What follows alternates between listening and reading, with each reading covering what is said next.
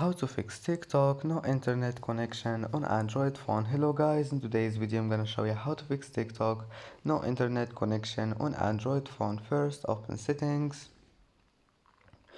and then go to apps and then apps again,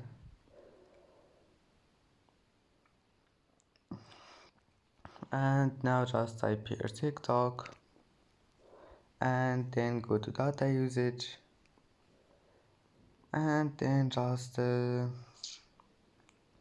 disable this one.